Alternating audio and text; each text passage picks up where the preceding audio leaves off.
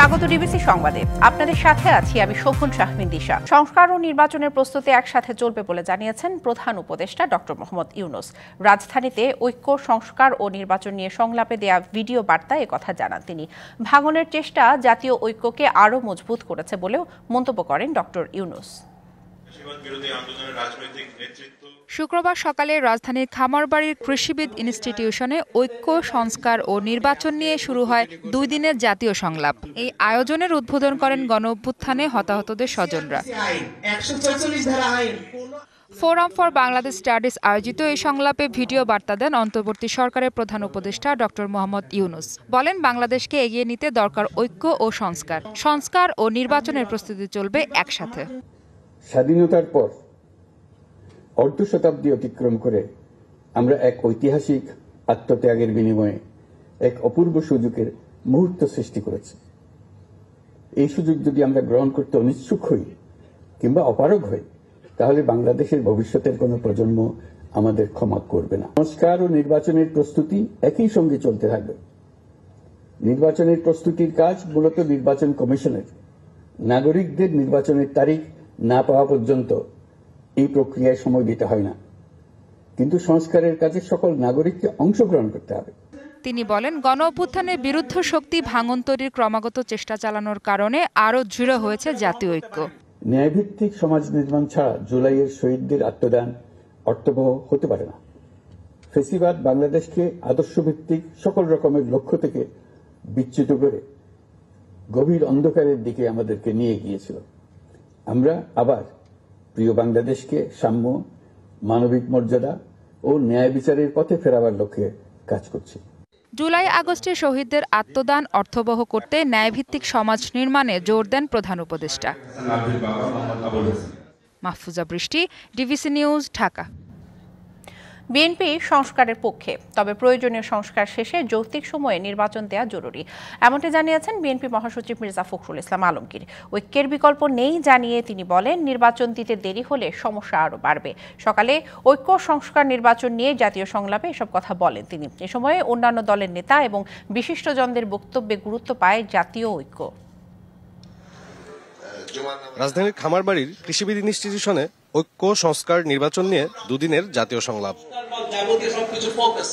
অংশ নেন অন্তর্বর্তী সরকারের উপদেষ্টা, গণঅভ্যুত্থানের পক্ষের বিভিন্ন রাজনৈতিক দলের শীর্ষ নেতা, ছাত্রনেতা, নাগরিক সমাজ ও বিভিন্ন শ্রেণী পেশার প্রতিনিধিরা। এখানে আমাদের ছাত্র তরুণরা নিজেদের রক্ত দিয়ে আবারও মনে হচ্ছে মাটি ফুঁড়ে পুরো দেশকে নতুন করে সাজানোর সুযোগ করে দিয়েছেন। 15.5 বছরে লেয়ারের পর লেয়ার যে ফ্যাসিবাদের দোসরদের বিভিন্ন জায়গায় বসানো হয়েছে, একদিনে, 2 দিনে বা 4 মাসেই সেটার নিরসন সম্ভব নয়। বাংলাদেশের ভবিষ্যৎ নিয়ে ঐক্য করতে হবে। এইটি হলো ঐক্যের জায়গা। বাংলাদেশ ভবিষ্যতে কোথায় যাবে? যারা জুলাই আগস্টে হত্যাকাণ্ডের সাথে জড়িত, আন্তর্জাতিক অপরাধ ট্রাইব্যুনালের মাধ্যমে আসন্ন নির্বাচনের আগেই তাদের বিচার সম্পন্ন করার দাবি জামায়াতে ইসলামীর সেক্রেটারি জেনারেলের। যারা এই হত্যাকাণ্ড ঘটালো, যারা এই নিষ্ঠুর, অমানবিক, মানবতার অবিরাম রক্তক্ষরণ হয়েছে যে হত্যাকাণ্ড দেখে নিহতদের লাশ জ্বালিয়ে পুড়িয়ে ছাই করেছে, সেই মানবতা বিরোধী অপরাধীদের বিচারের জন্য যে ট্রাইব্যুনাল গঠন হয়েছে, অবিলম্বে সেই বিচার কার্য সম্পন্ন করা দরকার এবং সেটা আসন্ন নির্বাচনের পূর্বে বিচারের একটা পর্যায় যেন এই জাতি দেখতে পারে। এখনো দেশের সব সেক্টরে ফ্যাসিবাদ বিদ্যমান জানিয়ে বিএনপি মহাসচিব বলেন, নির্বাচন দিতে যত দেরি হবে দেশের সমস্যা তত বাড়বে। যে গণতান্ত্রিক একটা ব্যবস্থায় যাওয়ার জন্য নির্বাচন হচ্ছে প্রধান ফটক, প্রধান দরজা, গেটওয়ে টু ডেমোক্রেসি। গভর্নমেন্টের সঙ্গে আলোচনা হবে, আলোচনা আরো সময় লাগবে। যত বেশি সময় যাবে আমার কাছে মনে হয়, আমাদের কাছে মনে হয় যে সমস্যাগুলো তত বাড়বে। বিএনপি মহাসচিব আরো বলেন, জনগণকে বাদ দিয়ে, উপর থেকে চাপিয়ে দিয়ে কিছু করা যাবে না। জনগণকে বাদ দিয়ে কোনো কিছু করাই, উপর থেকে আপনার চাপিয়ে দিয়ে কোনো কিছু করা যাবে না। সাব্বির রোজ, ডিবিসি নিউজ, ঢাকা। দণ্ডপ্রাপ্ত হলে আগামী নির্বাচনে অংশ নিতে পারবেন না শেখ হাসিনা এবং আওয়ামী লীগের নেতারা। তার ভোটে অংশ নিতে বেগম জিয়ার আপাতত কোনো বাধা নেই বলে জানিয়েছেন অ্যাটর্নি জেনারেল মোহাম্মদ আসাদুজ্জামান। রাজধানীতে ডিবেট ফর ডেমোক্রেসির বিতর্ক অনুষ্ঠানে তিনি এসব কথা বলেন। যখন একটি ফ্যাসিস্ট ভোটারবিহীন সরকার ক্ষমতায় থাকে, তখন নির্বাচন আর কোনো অধিকার নয়, বরং একটি প্রহসনে পরিণত হয়। বর্তমান সময়ের প্রেক্ষাপটে যৌক্তিকতার দাবিতে আমি এবং আমার দল এর বিপক্ষে অবস্থান করছি। অনিয়ম আর কারচুপির দায়ে বিতর্কিত হয় বিগত সময়ের 3টি জাতীয় নির্বাচন। রাজধানীর এফডিসিতে সেই বিতর্কের রেশ ছড়িয়ে পড়ে ডিবেট ফর ডেমোক্রেসির ছায়া সংসদ মঞ্চে। একটা নির্বাচন তখনই গ্রহণযোগ্যতা পাবে যখন প্রাতিষ্ঠানিক সংস্করণ নিশ্চিত করা হবে। 40 লক্ষ মামলা স্বল্প সময়ের মধ্যে নিষ্পত্তি সম্ভব, সেটাকেই আমরা নব্য ফেসিজম বলছি মাননীয় স্পিকার। সেখানে ইস্টার্ন ইউনিভার্সিটির তার্কিকরা প্রস্তাব করেন, অতীতের অপরাধীদের শাস্তি নিশ্চিত করলে ভবিষ্যৎ নির্বাচন হবে অবাধ ও সুষ্ঠু। বিপক্ষে যুক্তি দেখান বাংলাদেশ ইউনিভার্সিটির শিক্ষার্থীরা। অনুষ্ঠানে অংশ নিয়ে অ্যাটর্নি জেনারেল জানান, আগামী নির্বাচনে অংশ নিতে বাধা নেই বিএনপি চেয়ারপারসন বেগম খালেদা জিয়ার। ওনার যে মামলাগুলো আছে সেই মামলাগুলো ইতিমধ্যে অনেকটা খালাস হয়েছে, অনেকে মুক্তি আছেন এবং সেখানে আইনগত কোনো বাধা আমি আপাতত দেখছি না। আগামী দিনে নির্বাচন যখন হবে তার সামনে রেখে কোনো বাধা আসবে কিনা সেটা সময় বলে দেবে। তিনি আরো বলেন, দণ্ডপ্রাপ্ত হলে নির্বাচনে অংশ নিতে পারবেন না শেখ হাসিনা ও আওয়ামী লীগ নেতারা। জুলাই হত্যাকাণ্ডে আওয়ামী লীগ সভাপতি সহ অন্যান্য নেতাদের শাস্তি হলে তারা নির্বাচনে অংশগ্রহণ করতে পারবে কিনা? আইন বলে পারবে না। এ আইন শাশ্বত আইন। এ আইন 72 সালের পরের থেকেই চালু আছে, নতুন করে আইন সংশোধন করে বলতে হবে না। এ সময় বক্তারা অভিযোগ করেন, আজ্ঞাবহ নির্বাচন ব্যবস্থার জন্য ক্ষতিগ্রস্ত হয়েছে নির্বাচন ব্যবস্থা। সুষ্ঠু নির্বাচনের স্বার্থে অতীত নির্বাচন কারচুপির সাথে জড়িতদের আইনের আওতায় আনার পক্ষেও মত দেন তারা। তারা একটা গণতান্ত্রিক সরকার, জনগণের সরকারকে উপহার দিবেন বলে আমি অন্তর্বর্তীকালীন সরকারের কাছে আহ্বান করতে চাই। Bijan Kumar Das, DBC news, Dhaka.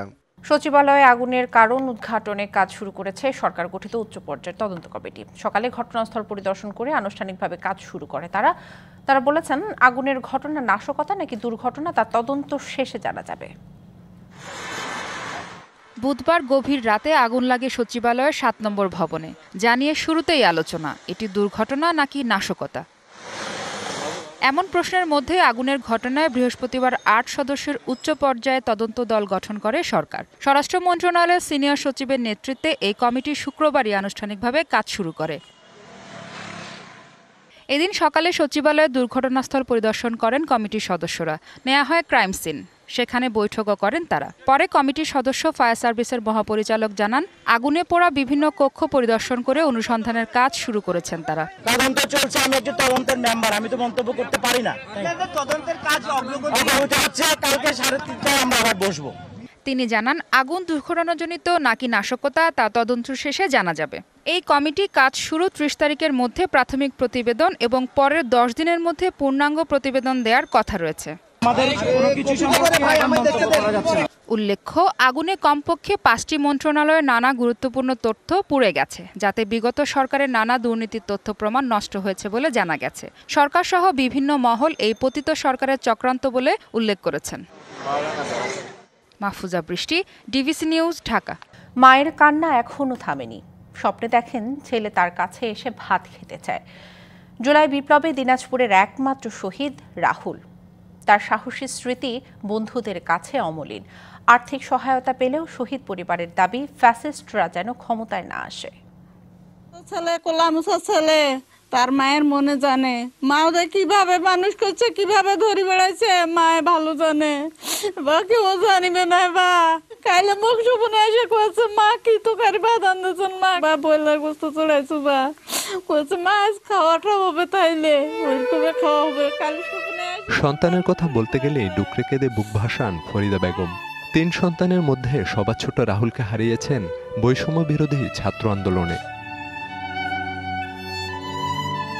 সদর উপজেলার বিদুসাই গ্রামের মাছ ব্যবসায়ী মুসলিম উদ্দিনের ছেলে রাহুল ছিলেন উচ্চ মাধ্যমিকের শিক্ষার্থী। ফুটবল খেলায় ভালো দখল ছিল তার। টেবিলে পড়ে থাকা বই আর ফুটবলের অর্জন এখন শুধুই স্মৃতি। 4 আগস্ট জর্জকোট এলাকায় পুলিশের সাথে ধাওয়া পাল্টা দেওয়ার সময় সহযোদ্ধা জাহিদ বলছেন, প্রথমবার গুলিবিদ্ধ হয়েও মাঠ ছাড়েনি রাহুল। তবে দ্বিতীয়বার গুলি ও টিয়ারশেলের আঘাতে গুরুতর আহত হয়। 9 আগস্ট নিভে যায় এই তরুণ তুর্কির জীবন প্রদীপ। 4 তারিখে সকাল 11টার দিক তো পুলিশ পিছাইতে শুরু করে, আমরা আগাইতে শুরু করি। তখন যখন ছিলাম আমরা কাছারি ওইখানে গেছিলাম তখন পর্যন্ত একসাথে ছিলাম। তো তখন গিয়ে তখন মনে করেন যে রবিউল ইসলাম রাহুল যে ওই মানে গুলিবিদ্ধ হয় গুলিবিদ্ধ হওয়ার পরে মনে করেন মাঠ ছেড়ে পালাই আসে নাই, সাহসের সাথে নির্ভীকতার সাথে ছিল মাঠে। প্রতিদিন তো কোনো না কোনো সময় ওর কথা মনে পড়তেছে, ও ঝরে চোখ দিয়ে পানি পড়তেছে। ছেলের কথা মনে পড়লে কবরের পাশে দাঁড়িয়ে থাকেন মুসলিম উদ্দিন। নৃশংস হত্যায় জড়িতদের কঠিন শাস্তি চান। বৈষম্য বিরোধী আন্দোলনে যায় মৃত্যু বরণ করেছে। আমার একটাই চাওয়া, এই ফেসিবাদী সরকার যেন আর ক্ষমতায় আসতে না পারে। এই ফেসিবাদী সরকার যদি আবার আসে ক্ষমতায়, আরো হাজার হাজার বাম্মার বুক খালি হয়ে যাবে। সম্প্রতি জুলাই স্মৃতি ফাউন্ডেশন থেকে 5 লাখ টাকা সহায়তা পেয়েছে রাহুলের পরিবার। Khalid Hasan, DBC news desk. সপ্তাহের ব্যবধানে রাজধানীর বাজারে ব্রয়লার মুরগির দাম বেড়েছে কেজিতে 20 টাকা। 31-এ চাহিদা বাড়ায় এই কারণ বলছেন বিক্রেতারা। সরবরাহ বাড়ায় কমেছে আলু, দেশি পেঁয়াজের দর, কিছুটা স্বস্তি সবজিতেও। তবে দাম বাড়িয়েও সংকট কাটেনি সয়াবিন তেলের। স্থিতিশীল আছে ডাল এবং চিনির বাজার। দুদিন আগেও ব্রয়লার মুরগি ছিল 200 টাকা কেজি। বিক্রেতারা বলছেন চাহিদা বাড়ায় কেজিতে দাম বেড়েছে 20 টাকা। দাম কিছুটা বেড়েছে সোনালী মুরগিরও, তবে ডিম বিক্রি হচ্ছে আগের দরেই।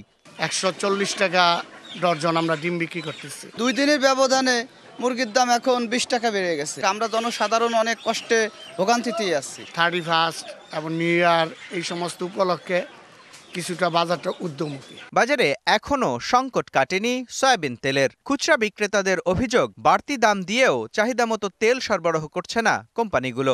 মনে হয় সংকট তারা তৈরি করে রাখছে, ঠিক আছে, কিন্তু বাজারে ক্রেতাদেরকে আমরা তেল দিতে পারতেছি না। তেল নিয়ে খুবই সমস্যা। বাজারে খোলা চিনি 120, মোড়কজাত চিনি 125 আর ডাল বিক্রি হচ্ছে 105 থেকে 130 টাকা কেজি দরে।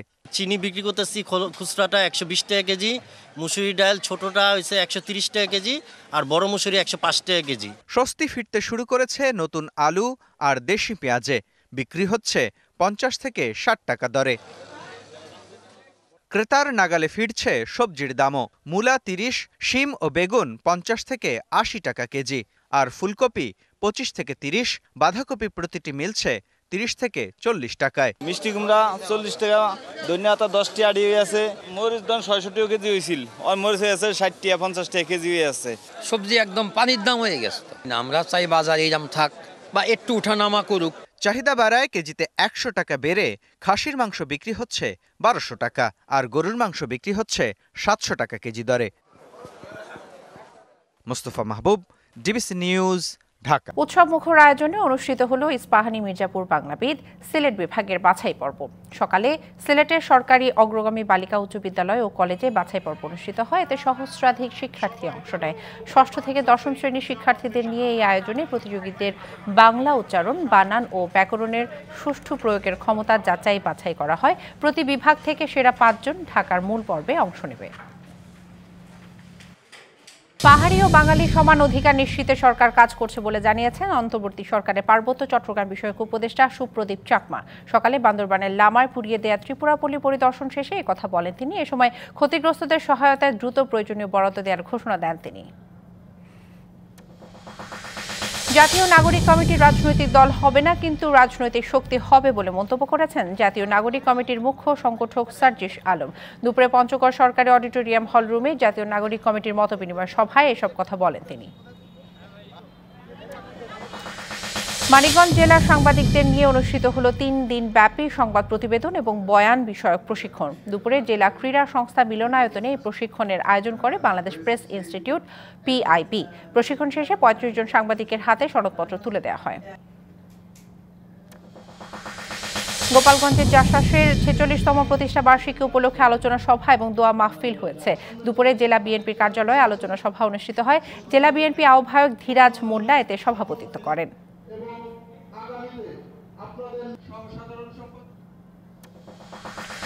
পাবনার এডওয়ার্ড কলেজের ব্যবস্থাপনা বিভাগে সুবর্ণ জয়ন্তী ও পুনর্মিলনী উদযাপিত হয়েছে। সকালে এডওয়ার্ড কলেজের শিক্ষার্থীদের আয়োজনে ব্যবস্থাপনা বিভাগের চত্বর থেকে বর্ণাঢ্য শোভাযাত্রা বের হয়। এটি শহরের প্রধান সড়ক প্রদক্ষিণ করে। পরে সাংস্কৃতিক অনুষ্ঠানের আয়োজন করা হয়। ডিবিসি নিউজের সংবাদগুলো পড়তে ভিজিট করুন dbcnews.tv আর ভিজিট করুন ডিবিসি নিউজের ফেসবুক পেজ এবং ইউটিউব চ্যানেল। ডিবিসির সঙ্গেই থাকুন।